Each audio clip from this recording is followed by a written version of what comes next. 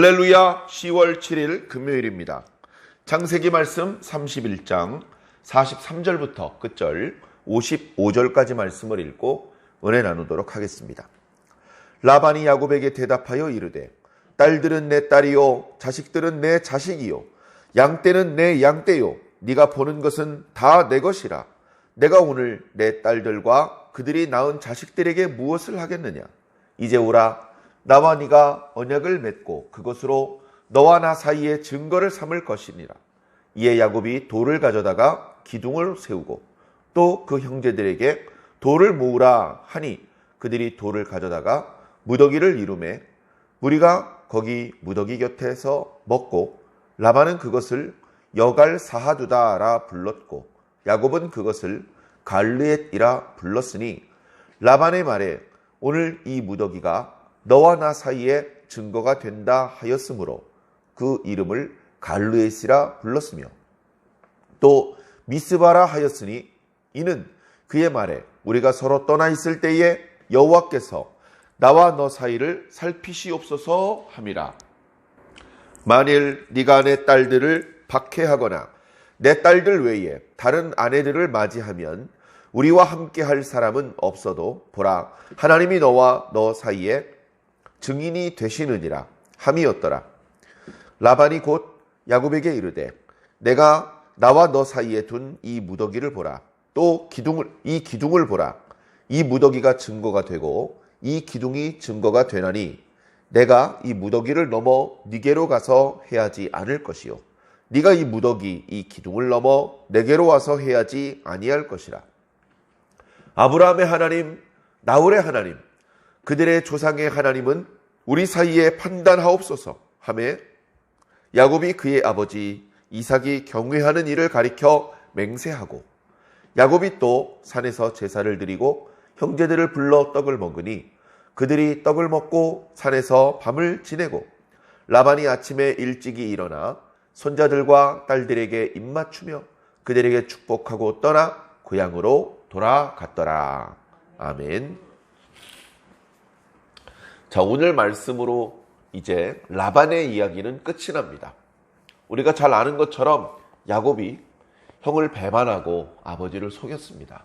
그리고 본래 형이 받을 그 장자의 축복을 대신 받았죠. 단순히 그 집안의 장자로서 인정을 받고 아버지의 재산에 대한 상속의 어떤 더 우월한 권위를 갖고 부족의 수령으로서의 어떤 그런 자격을 얻고 그런 정도의 의미가 아닌 이건 하나님께로부터 내려오는 축복을 받는 그런 의미가 있는 것으로 그렇게 믿고 그렇게 어머니 리브가도 생각을 했고 야곱도 그렇게 생각을 해서 정당한 방법이 아닌 것은 알지만 속임수를 써서라도 축복을 받아야 되겠다. 그런 생각을 해서 결국은 축복은 받았지만 역시 속임수를 쓰는 방법은 하나님께서 기뻐하시는 방법도 아니었고 결국은 그것 때문에 20년 동안 전혀 예상할 수 없었던 혹독한 그런 상황 가운데서 연단을 받게 되었습니다. 자기보다 더 지독한 외삼촌 라반에게 아내부터 속임을 당했습니다. 일을 하는 모든 과정 가운데 정말로 지독한 대접을 받았습니다. 열심히 일한 것에 대한 보상을 받지 못했고 늘 외삼촌은 자신을 속여서 자신에게 막대한 피해를 안겨주었습니다. 그리고서 이제 고향으로 돌아가려고 하는데 외삼촌이 돌아가지 못하게 합니다. 외삼촌 밑에서 일한 지 14년쯤 되었을 때에 외삼촌이 이제 내 딸들을 네 아내로 얻기 위해서 봉사하는 기간이 끝났다. 이제부터는 품삯을 주겠다. 얼마를 줄까? 이제 그렇게 제시를 해왔을 때 일상적으로 한 달에 양 몇 마리 이런 식으로 계산하지 않고 아마 그런 식으로 했더라면 또 주지 않으려고 하고 또는 품질이 떨어지는 그런 양들을 주려고 했을 것입니다.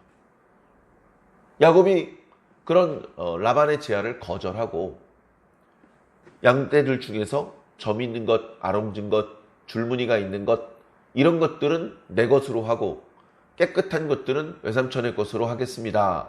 그렇게 이야기를 했고 라반이 수락을 했죠. 그리고 그 과정에서 정상적으로 점이 있는 것, 줄무늬가 있는 것, 이런 것들이 태어날 확률을 넘어서 하나님께서 훨씬 더 많은 양들이 점이 있고 줄무늬가 있는 새끼들이 나오게 그렇게 해주셨습니다. 그리고 건강한 양들은 줄무늬가 있는 새끼를 낳고 또 비실비실한 양들은 깨끗한 색깔의 양을 낳게 됩니다. 시간이 지나면 건강한 것은 야곱의 소유가 되고 약한 것은 라반의 소유가 되었습니다. 그렇게 시간이 많이 지나자 야곱의 소유가 눈덩이처럼 불어납니다. 처음엔 작게 시작했죠. 그러나 시간이 지날수록 라반의 양떼들 중에서 건강한 새끼들은 전부 다 야곱의 소유가 되고 야곱이 데리고 간 양떼들은 또 새끼를 많이 낳는데 라반이 가져간 깨끗한 양들은 새끼를 잘 못 낳습니다.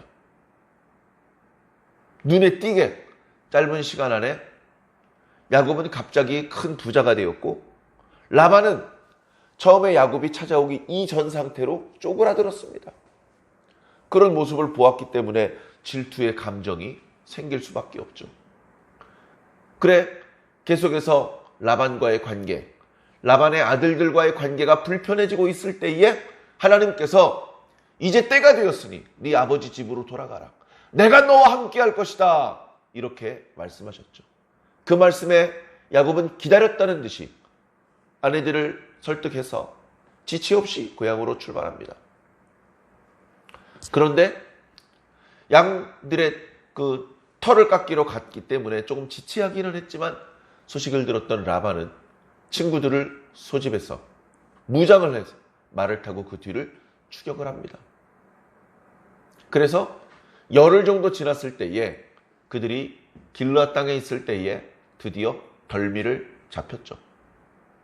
그래서 거기서 장막을 치고 라반과 야곱 사이에 실갱이가 벌어졌습니다. 물론 하나님께서 하루 전날 꿈 중에 라반에게 나타나셔서 너 야곱을 괴롭히지 마라, 해치지 마라, 시비를 다투지 마라 말씀을 하셨기 때문에 처음에 계획했던 대로 칼부터 휘두르고 칼을 꺼내고 얘기를 시작하는 것이 아니라 내가 왜 제대로 작별을 하지 못하게 이렇게 갑자기 떠났느냐? 그리고 그냥 네 소유만 가지고 가지 왜 내 드라빔을 가져갔느냐? 그런 정도의 이야기밖에 할 수 없었습니다. 야곱이 이야기합니다. 우리는 외삼촌의 물건에 손을 대지 않았습니다. 뒤져보십시오. 양떼를 뒤져보든 장막을 뒤져보든 다 뒤져보십시오. 외삼촌의 물건이 나온다면 가져가십시오. 우리는 우리 것만 갖고 왔습니다. 사실은 야곱이 사랑하던 라헬이 자기 아버지의 드라빔을 훔쳤습니다. 그 사실을 그때는 야곱이 몰랐죠. 나중에는 알았습니다. 그래서 그것이라도 찾아야 되겠다 싶어서 칼을 집어넣고 함께 온 친구들과 함께 이 장막 저 장막을 샅샅이 뒤지는데 결국 드라빔을 찾지 못했습니다. 야, 이거 큰일 났습니다. 칼을 들고 많은 친구들과 함께 말 타고 마치 도둑놈들을 잡기 위해서 쫓아온 것처럼 추격해서 왔는데 겨우 덜미를 잡아놓고서는 아무것도 찾아내지 못한 겁니다. 체면이 이만저만 구겨진 게 아닙니다. 하나님께서 눌러 놓으셨기 때문에 거기서 억지를 피우고 무리하게 야곱의 재산을 뺏어갈 수는 없는데 내 물건이라도 찾아가자 했는데 내 물건이 하나도 안 나온 겁니다. 그거라도 나오면 그걸 핑계 삼아 빼앗아 가든지 내가 이것 때문에 왔다 하면서 자기 체면을 보존할 수 있는데 안 나오니까 야곱이 아무 할 말이 없습니다. 야곱의 친구들도 아이씨 괜히 따라 나왔네. 그런 상황에 드디어 야곱이 성을 냅니다. 도대체 내가 뭘 했습니까? 내가 무슨 죄가 있길래 이렇게 많은 친구분들을 모시고 보니까 칼까지 다 준비를 해가지고 도둑놈 뒤쫓듯이 뒤쫓아서 저를 잡은 것입니까? 제가 뭘 그렇게 잘못했습니까? 제가 외삼촌과 함께 있는 20년 동안 개처럼 일했는데 뭘 해주셨습니까? 여기 있는 양떼들은 제가 정당하게 외삼촌과 약속한 대로 얻게 된 내 재물들입니다. 우리 자식들 겁니다. 이 아내들도 외삼촌과 약속한 대로 7년, 14년을 봉사해서 정당하게 얻은 내 아내들입니다. 내가 외삼촌과 상의한 바 없이 내 마음대로 가져온 게 뭐가 있습니까? 그렇게 야곱이 노하면서 소리를 질러도 라반이 할 말이 없었습니다. 라반을 도와주러 왔던 친구들, 라반과 함께 칼을 좀 휘두르면 양들을 한 100마리씩 띄워주기로 약속을 했나 보죠. 뭐라도 하나 얻을 게 있겠지 싶어서 따라왔던 라반의 친구들도 할 말이 없습니다. 아무 할 말이 없는 그런 상황 속에 라반이 마지막으로 한마디를 합니다. 마지막으로. 그 내용이 바로 오늘 우리가 읽은 말씀 속에 있는 것이죠. 야곱아 듣거라. 여기 있는 딸들은 내 딸이다. 여기 있는 꼬맹이들은 내 꼬맹이들이다. 저기 있는 저 양떼들 다 내 거다. 야곱아, 네가 눈으로 보이는 거 있지? 지금 방금 네가 정당하게 네 소유라고 말했던 거 다 내 거야. 다 내 거야. 아직도 욕심을 다 버리지 못했습니다. 처음에 야곱을 추격해서 왔을 때는 야곱이 짐작했던 대로 야곱 몸뚱아리 하나 남겨놓고 다 뺏어가려고 했습니다. 왜? 다 내 거니까 내 거 가져가는데 뭐. 야곱은 정당하게 약속을 지켜서 대가를 치르고 받은 보상이라고 생각을 했지만 라반은 아직도 이게 왜 네 거야 다 내 거지? 이런 생각을 가지고 있는 겁니다. 그러나 상황이 어떻습니까? 하나님이 눌러놓으셨어요. 하나님이 두려워요.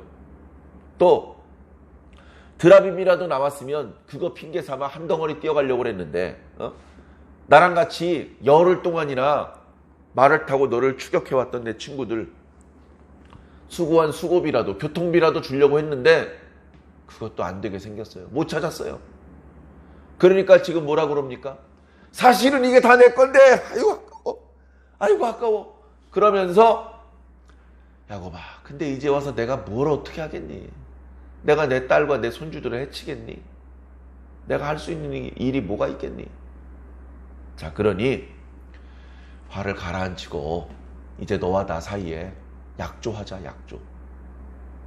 평화의 약조를 하자. 아브람도 아비멜렉이 와서 평화의 약조를 하자고 했습니다. 아브라함이 찾아간 게 아닙니다. 이삭도 마찬가지입니다.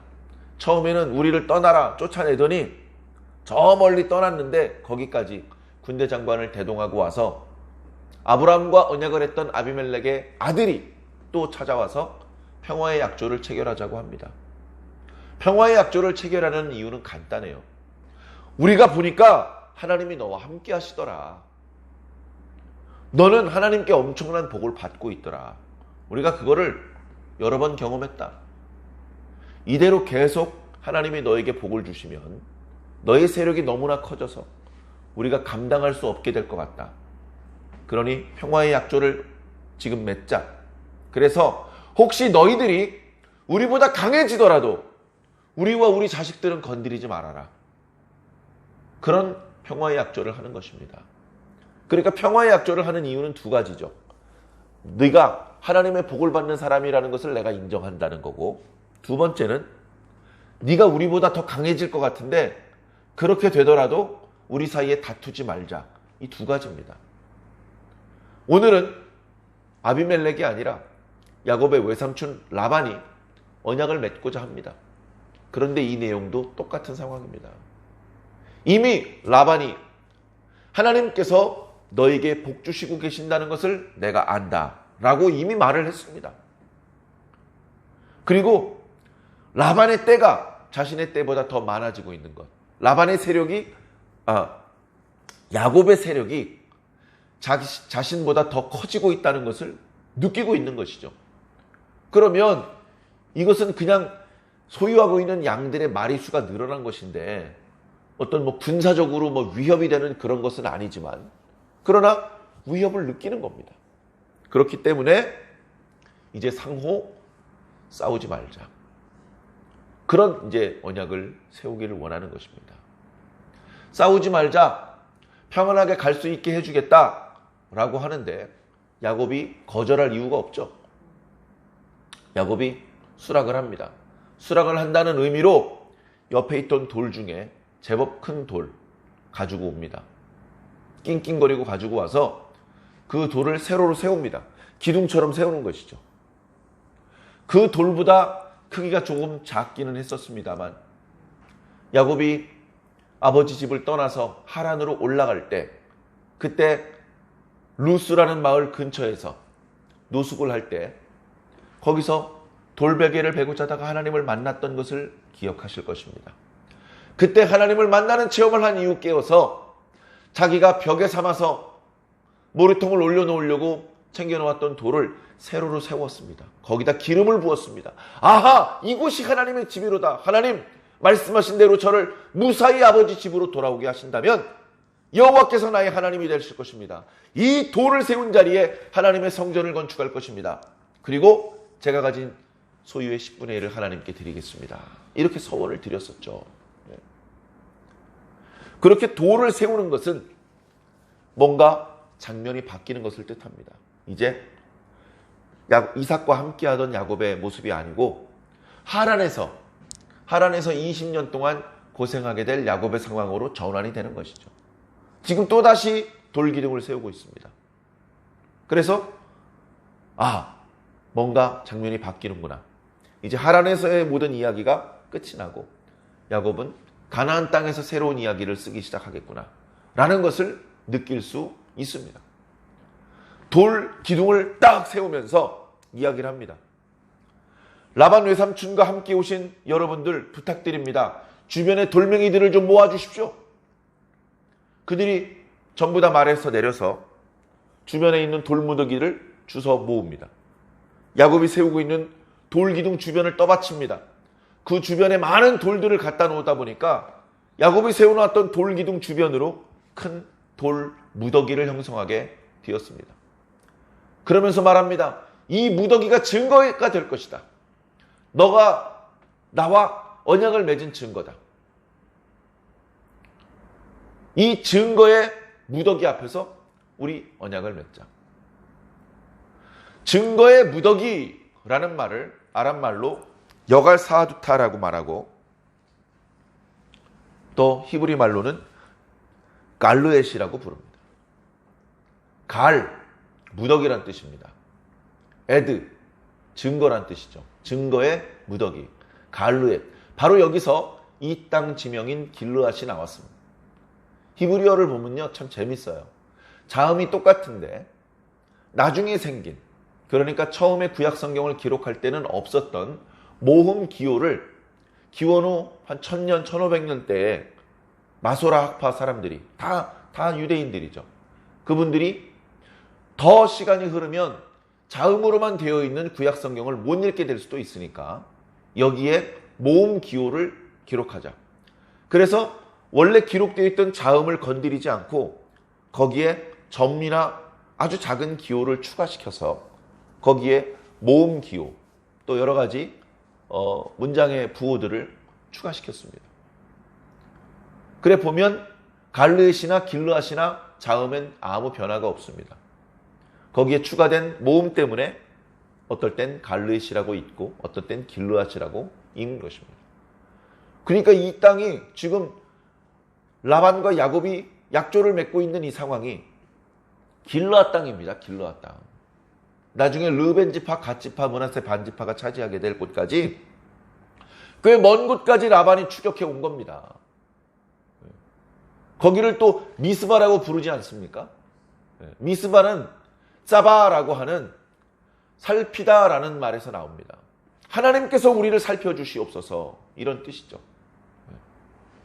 하나님께서 오늘 라반과 야곱이 맺은 언약을 잘 지키는지 아니 지키는지 살펴주시옵소서. 그래서 어기는 사람이 있으면 하나님이 좀 벌을 내려주시옵소서. 이제 이런 의미가 담겨있는 표현입니다. 이 미스바라는 말은 이 기둥이라는 말이랑 또 발음이 비슷해요. 그래가지고 기둥을 세워서 무더기를 만든다는 말과 갈렛과 미스바라는 말이 이제 거의 같은 말입니다. 그래서 그곳을 갈렛이라기도 부르고 미스바라고도 부릅니다. 이 미스바는 나중에 사무엘 때에 사무엘이 백성들을 다 모읍니다. 미스바로 모여라. 미스바. 거기에 수없이 많은 지파를 초월한 이스라엘 백성들이 모였을 때 거기서 회개의 기도회를 열었습니다. 그래서 오늘날에도 대규모 회개 기도회를 열 때 미스바라는 이름을 붙이곤 합니다. 하나님께서 살펴주시옵소서. 우리를 용서해 주시옵소서. 이제 그런 의미를 담아서 그런 이름을 붙이는 것이죠. 그러니까 우리 주변에 구약성경이나 신약성경도 마찬가지입니다만 본래 우리 한글로 되어 있는 말이 아니고 성경에 나와 있는 지명이나 인명이나 그런 표현들을 따와서 사용할 때는 그 말이 가지고 있는 의미를 가지고 오는 것이죠. 자, 그렇게 해서 언약을 맺습니다. 라반이 이야기를 합니다. 너 내 딸들 구박하면 안 돼.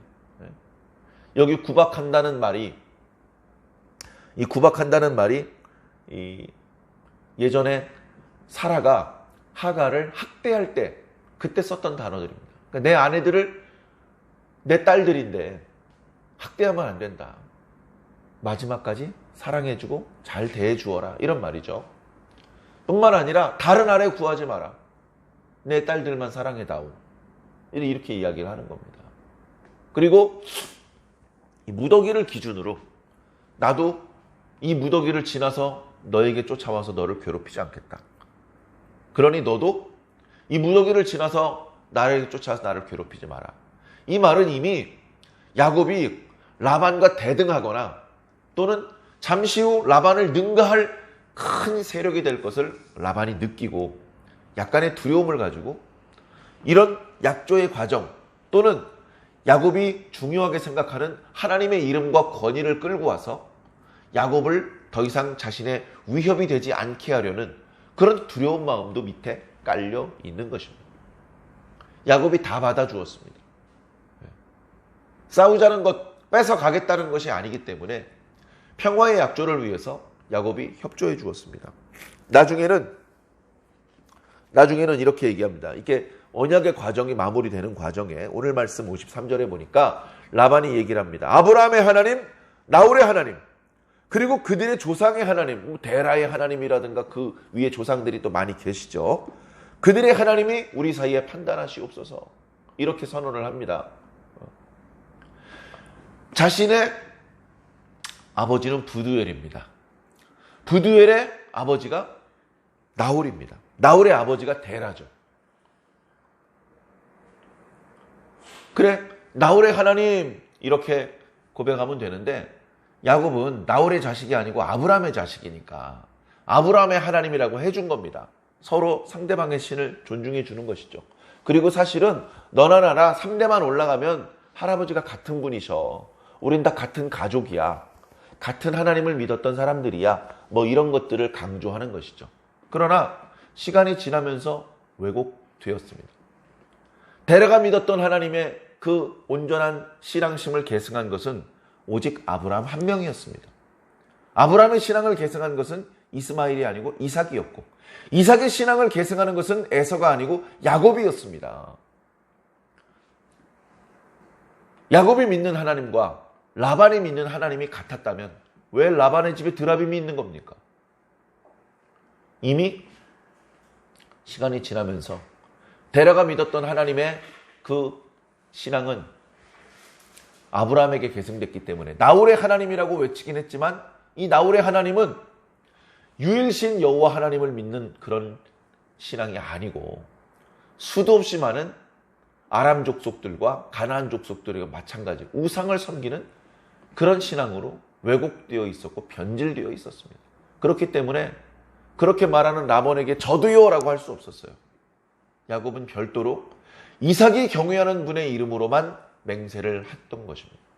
그리고 이삭이 옆에 언덕에 올라가서 거기서 하나님께 제사를 드립니다. 그러면서 라반과 함께 온 형제들과 다 초대를 하죠. 하나님 앞에 제사를 드렸던 곳 바로 옆에서 음식을 먹습니다. 그리고 거기서 밤을 지냅니다. 여기 밤을 지낸다는 말은 거기서 밤새도록 잠 안 자고 있었다는 뜻입니다. 밤을 같이 지내는 사람은 이제 적이 아닙니다. 적은 밤새도록 그냥 가만히 앉아만 있는 게 적이 아닙니다. 밤이 오길 기다렸다가 상대방을 죽이려 드는 것이 그게 적입니다.